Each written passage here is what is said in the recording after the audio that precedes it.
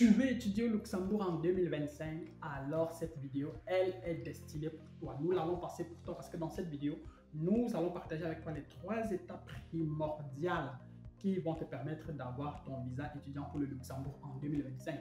Installe-toi car au cours des 10 à 15 prochaines minutes environ, je m'en vais partager avec toi tout ce que tu dois savoir. Je dis bien tout ce que tu dois savoir pour pouvoir obtenir, pour pouvoir étudier au Luxembourg en 2025.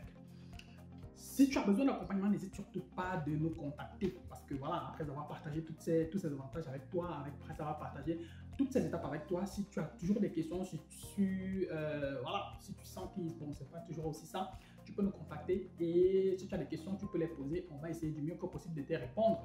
Nous pouvons également aussi t'accompagner dans le cadre de ta procédure de visa étudiant pour le Luxembourg et surtout prête attention au maximum de détails possibles que je vais évoquer ici.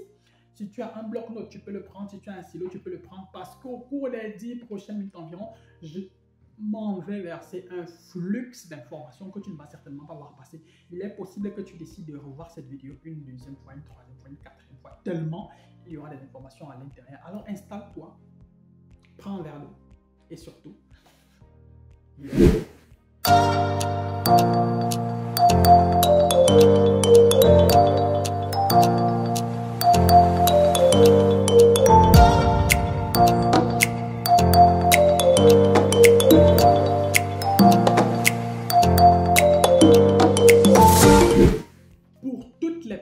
qui veulent faire la licence au Luxembourg ou bien qui veulent postuler à un programme de cycle de licence au Luxembourg, il vous faut avoir une équivalence. L'équivalence ne concerne que les personnes qui veulent étudier en cycle de licence et donc du coup, pour vous, c'est la première étape de la procédure, avoir l'équivalence de votre diplôme. La procédure d'équivalence au Luxembourg, elle peut prendre jusqu'à 6 voire 8 semaines dans le pire des cas. Et donc, du coup, il faut aussi essayer du mieux que possible de s'y lancer le plus tôt possible. Les candidatures au Luxembourg ouvrent autour du mois de février. Et donc, du coup, il vaut mieux lancer ta procédure d'équivalence dans le pire des cas au mois de janvier, de telle sorte que lorsque février va arriver, que ton équivalence soit déjà également aussi disponible et que tu puisses tout simplement envoyer ta candidature.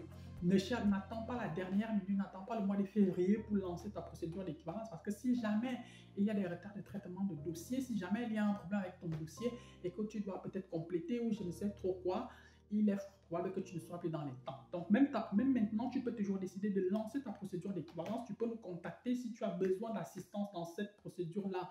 Nous ferons le plaisir de t'accompagner et de t'aider à obtenir ton équivalence afin que tu puisses cocher l'une des cases principales, si ce n'est la principale case, pour pouvoir prétendre obtenir une admission au Luxembourg pour un cycle de licence. Donc, ça, c'est la première des choses. Tout le monde qui veut étudier en cycle de licence au Luxembourg, il te faut une équivalence. Et maintenant, parmi les documents qui rentrent dans l'équivalence, quel que soit X, tu dois déjà avoir ton baccalauréat, tu dois avoir ton passeport déjà disponible, tu dois avoir tout un tas de documents qu'on va te demander. Il y a une liste de documents qu'on va te demander et que certains de ces documents doivent absolument être certifiés dans ton pays. Et maintenant, on doit faire monter une bonne partie de ces documents en copie certifiée au Luxembourg et ces documents seront envoyés au ministère ou alors au service compétent, au service chargé des équivalences de ce côté-là. Première étape, l'équivalence. Deuxième étape de la procédure, elle concerne tout le monde. Licence, master, c'est le choix des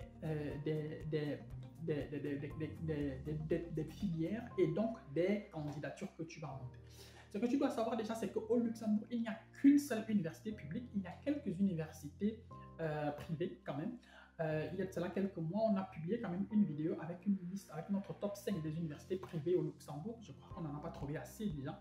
Je ne crois pas qu'il existe, il n'y a pas plus de 8 ou 10 universités privées au Luxembourg.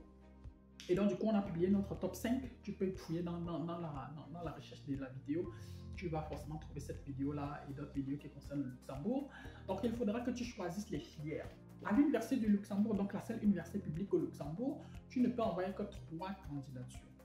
Et si tu fais une erreur sur un dossier de candidature, tu ne pourras pas corriger. Une fois que tu as validé les 3 candidatures, les 3 dossiers, les 3 filières pour lesquelles tu veux postuler, tu ne peux plus les modifier. Donc, si tu fais un mauvais choix, ce sera une place, ce sera une filière, du moins une possibilité de perdre et donc il ne t'en restera que Donc, tu dois faire un choix minutieux. Tu dois essayer du mieux que possible de glaner le maximum d'informations possibles sur le programme pour lequel tu veux postuler, notamment les documents requis. Il y a dans certains programmes où on requiert certains documents, où on requiert parfois des lettres de recommandation de ci et de ça. Et donc, tu dois essayer du mieux que possible de te rassurer que tu disposes de tous les documents nécessaires afin de pouvoir demander ta candidature. Donc, le choix des filières, il va se faire de façon judicieuse et bien réfléchie. Tout simplement pourquoi? Parce que si tu fais un mauvais choix, ça aura également aussi une incidence sur le succès de ta procédure par la suite. Le choix des filières va également aussi dire, par exemple, beaucoup de programmes au Luxembourg exigent de toi d'avoir un certificat de langue en anglais. Et donc, du coup, tu dois également aussi faire attention à cela. Si, par exemple, tu as un certificat de langue qui dit, par exemple, que tu as obtenu 80 au test de langue TOEFL IBT, par exemple, et qu'un programme, il exige 83, alors tu ne postules pas pour ce programme-là parce que tu ne remplis pas les conditions, sauf si tu comptes recomposer l'examen de langue et que tu es sûr que les résultats vont sortir avant et que tu es sûr que tu vas valider. Dans ce cas-là, oui, tu peux postuler, mais si tu n'es pas sûr, alors il ne faut certainement pas le faire. Tout simplement parce que ça ne va pas marcher. Tu dois te rassurer que tu coches toutes les cases avant d'envoyer ta candidature. Cocher toutes les cases avant d'envoyer ta candidature. Parlant du certificat de langue, je tiens déjà à rappeler que plus de 80 voire 90% des programmes qui sont proposés par l'Université du Luxembourg sont des programmes bilingues. Donc, où il faut l'anglais. Au Luxembourg, le Luxembourg est certain pays où on parle le français, mais dans la plupart des cas à l'université, les programmes sont internationaux, ils sont assez orientés à l'international. Et donc, du coup, c'est soit ils sont enseignés entièrement en anglais, soit ils sont enseignés en anglais et en français. Il y a même déjà quelques programmes qui sont enseignés en anglais, en français, en allemand. Il y a quelques programmes également aussi qui impliquent aussi le luxembourgeois. Mais bon, c'est vrai que le luxembourgeois non plus, c'est pas ce que tu vas généralement rencontrer sur les sites, sur les différents sites des universités. Et donc, du coup, il faudra que tu réfléchisses bien en faisant ton choix, en te rassurant que les universités et les programmes que tu as choisis sont véritablement des programmes qui correspondent à ce que tu recherches. À côté de ça, une fois que tu as terminé avec l'équivalence, avec le choix des filières et que bon, j'espère que voilà, tout s'est bien passé, tu as obtenu au moins une admission, il te faut passer à la dernière étape qui est celle de la demande des visas. La demande des visas pour le Luxembourg se fait en deux étapes. Il y a une première étape qui se fait au niveau du Luxembourg, notamment avec une demande d'autorisation de séjour. Et la demande d'autorisation de séjour, elle se fait aussi parfois simultanément avec la demande de prise en charge. Donc, tu dois avoir un garant qui se propose d'être ton garant et les deux demandes se font généralement au même moment parce que bon, parfois aussi ça se fait auprès de la même personne, auprès du même service parce que c'est parfois le même service ou bien la même personne qui gère le dossier. Donc, ces deux-là se font au même moment. Et une fois que tu as obtenu ton autorisation de séjour signée par le Luxembourg, il te faut maintenant demander le visa dans ton pays. Si tu te trouves par exemple au Cameroun, la procédure elle est gérée par exemple par au Cameroun, du moins la structure consulaire ou bien la représentation consulaire qui gère les procédures pour le Luxembourg, c'est l'ambassade de Belgique. Donc, il faudra te rapprocher du côté de l'ambassade de Belgique pour savoir exactement ce qu'il faut faire pour ce qui est du Luxembourg. Et le Luxembourg, étant donné que l'ambassade de Belgique elle-même, elle travaille déjà avec TLS qui fait de la sous-traitance, il faudra donc aussi te rapprocher du côté de TLS pour savoir exactement ce qu'il faut faire pour ce qui est du Luxembourg. Mais bon, qu'à ça ne tienne, nous avons déjà eu à gérer plusieurs dossiers pour le visa étudiant au Luxembourg et donc du coup, nous savons exactement ce qu'il faut faire, quand il faut faire, comment est-ce qu'il faut le faire, où est-ce qu'il faut toquer, où est-ce qu'il ne faut pas toquer, comment est-ce qu'on peut faire pour gagner en temps. Et donc du coup, voilà plus ou moins en gros les trois principales étapes que tu dois savoir, du moins les trois principaux stages pour arriver jusqu'au visa pour le Luxembourg. Si tu suis ces préceptes-là, si tu suis toutes ces étapes-là, tu vas certainement avoir ton visa. Maintenant, si tu as besoin d'accompagnement pour te conduire sur le chemin de chacune de ces étapes, tu peux nous contacter. Si tu as besoin d'accompagnement pour l'une de ces étapes, tu peux également nous contacter. Nous serons de toute façon ravis à chaque fois d'aider du mieux que nous pourrons. Voilà, si tu es à Yaoundé ou à Douala, tu peux passer dans nos différents locaux à Yaoundé, au Carrefour Messassi, à Douala, du côté de Locpom, Charles de Gaulle.